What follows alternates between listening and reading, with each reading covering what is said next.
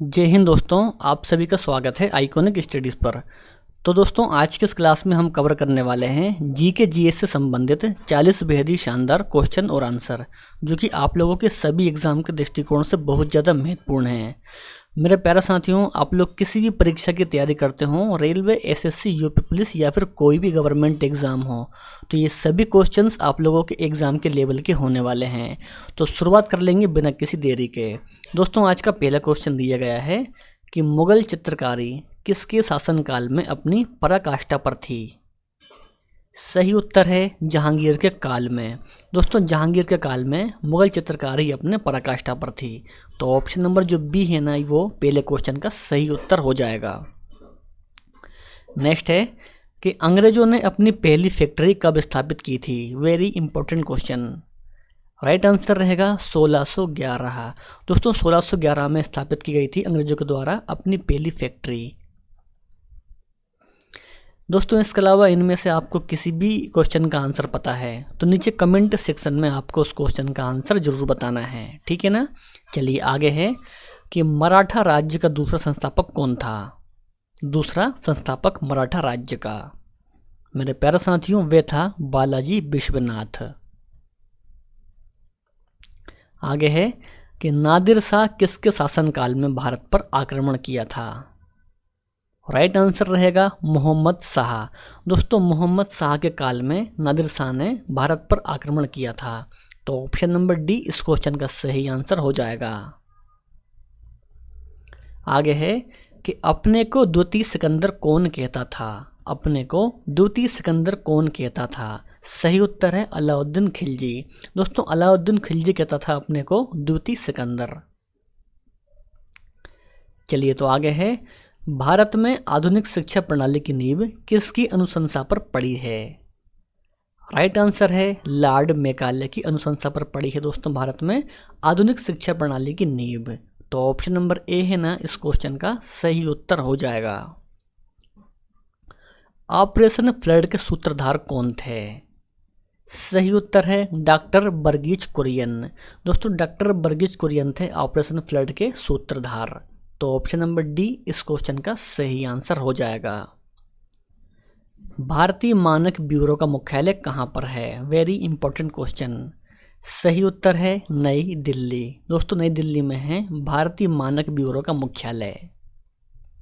चलिए नेक्स्ट है कि तीसरी और चौथी योजना के मध्य कितने वर्ष की योजना अवकाश रहा है? तीसरी और चौथी योजना के मध्य में सही उत्तर है 3 वर्ष का योजना अवकाश रहा है।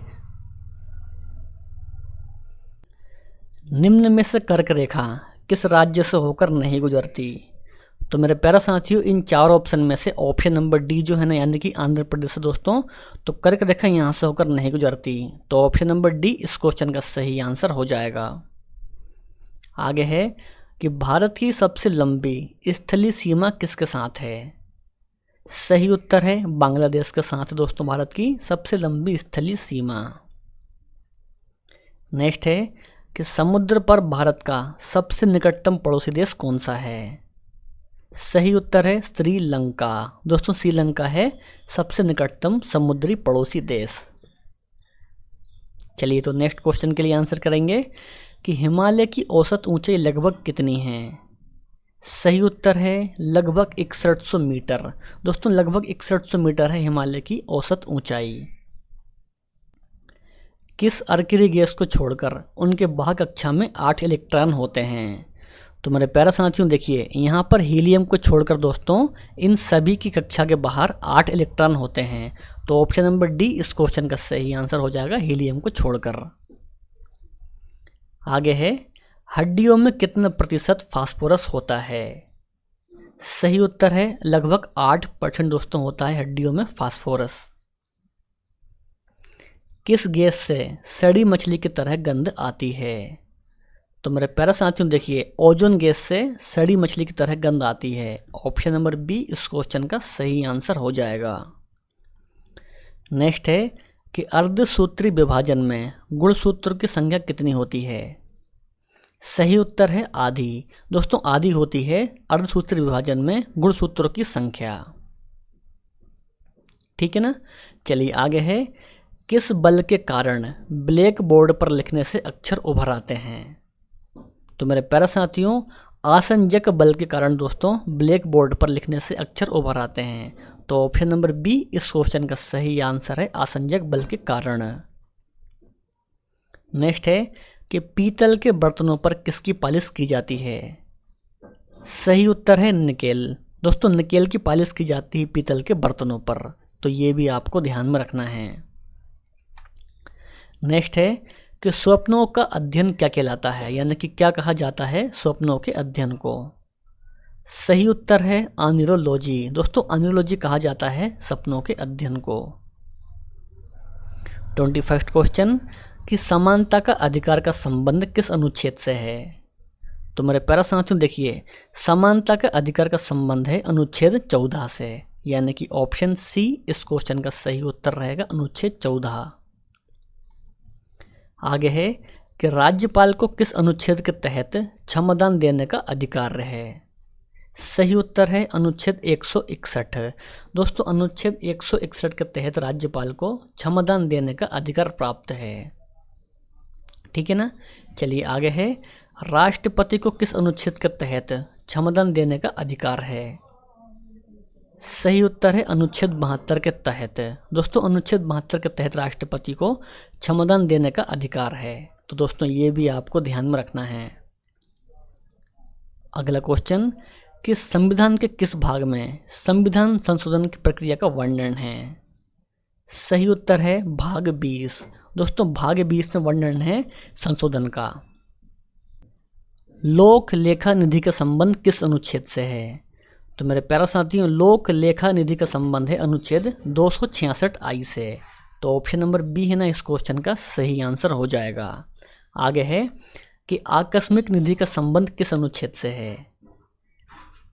तो इस क्वेश्चन का सही आंसर रहेगा अनुच्छेद 267 से। इंटरपोल का मुख्यालय कहाँ पर है? सही उत्तर रहेगा लियोन्स। दोस्तों लियोन्स में है इंटरपोल का मुख्यालय। विश्व स्वास्थ्य संगठन की पहली महिला अध्यक्ष कौन थी? तो इस क्वेश्चन का सही आंसर रहेगा राजकुमारी अमृता कौर। तो दोस्तों राजकुमारी अमृता कौर थी विश्व स्वास्थ्य संगठन की पहली महिला अध्यक्ष। नेक्स्ट है भारत भारती के लेखक कौन है? तो इस क्वेश्चन का सही आंसर है मैथिली शरण गुप्त। दोस्तों भारत भारती के लेखक, आपको ये भी ध्यान रखना है। बुडापेस्ट किस नदी के तट पर बसा है? बुडापेस्ट, तो ये बसा है दोस्तों डेन्यूब नदी के तट पर। आगे है कि नोबेल पुरस्कार कुल कितने क्षेत्रों में दिए जाते हैं? नोबेल पुरस्कार, तो मेरे प्यारे साथियों नोबेल पुरस्कार दिए जाते हैं कुल 6 क्षेत्रों में। ठीक है ना। चलिए नेक्स्ट है मलयालम किस राज्य की राजभाषा है? मलयालम, सही उत्तर है केरल। दोस्तों केरल की राजभाषा है मलयालम। तीसरे अंपायर नियम के प्रथम शिकार बल्लेबाज कौन थे? वेरी इंपॉर्टेंट क्वेश्चन दोस्तों। तो इस क्वेश्चन का सही आंसर दोस्तों रहेगा सचिन तेंदुलकर। ठीक है ना। दोस्तों तीसरे अंपायर नियम के प्रथम शिकार बल्लेबाज थे सचिन तेंदुलकर, तो आपको ये भी ध्यान रखना है। अयोध्या का मंदिर किस नदी के तट पर स्थित है? सही उत्तर है सरयू नदी के तट पर है अयोध्या का मंदिर। 36 है भारत रत्न पुरस्कार देने की शुरुआत किस वर्ष से की गई है? सही उत्तर रहेगा 1954 से शुरुआत की गई है दोस्तों भारत रत्न देने की। तो ऑप्शन नंबर जो बी है ना इस क्वेश्चन का राइट आंसर हो जाएगा। आगे है नीरू स्वामी पिल्लई का संबंध किससे है? वेरी इंपॉर्टेंट क्वेश्चन दोस्तों। सही उत्तर है नादस्वरम। दोस्तों नादस्वरम से संबंधित है नीरू स्वामी पिल्लई। आगे है नंदा देवी कहाँ पर स्थित है? नंदा देवी, तो मेरे प्यारे साथियों कहाँ पर है? तो इस क्वेश्चन का सही आंसर है अल्मोड़ा। दोस्तों अल्मोड़ा में है नंदा देवी। नेक्स्ट है दिल्ली किस नदी किनारे बसा हुआ है? राइट आंसर है यमुना किनारे बसा है दोस्तों दिल्ली। कटक किस नदी किनारे बसा है? तो मेरे प्यारे साथियों, कटक बसा हुआ है महानदी किनारे। दोस्तों, आज का टेस्ट क्वेश्चन दिया गया है कि स्पाइडर का अध्ययन क्या कहलाता है। तो आपको इस क्वेश्चन का आंसर कमेंट बॉक्स में बताना है। वीडियो पसंद आया हो तो वीडियो को लाइक करना है, अपने दोस्त और भाई बहन में इस वीडियो को शेयर भी करना है। तो मिलते हैं नेक्स्ट वीडियो में। जय हिंद, वंदे मातरम।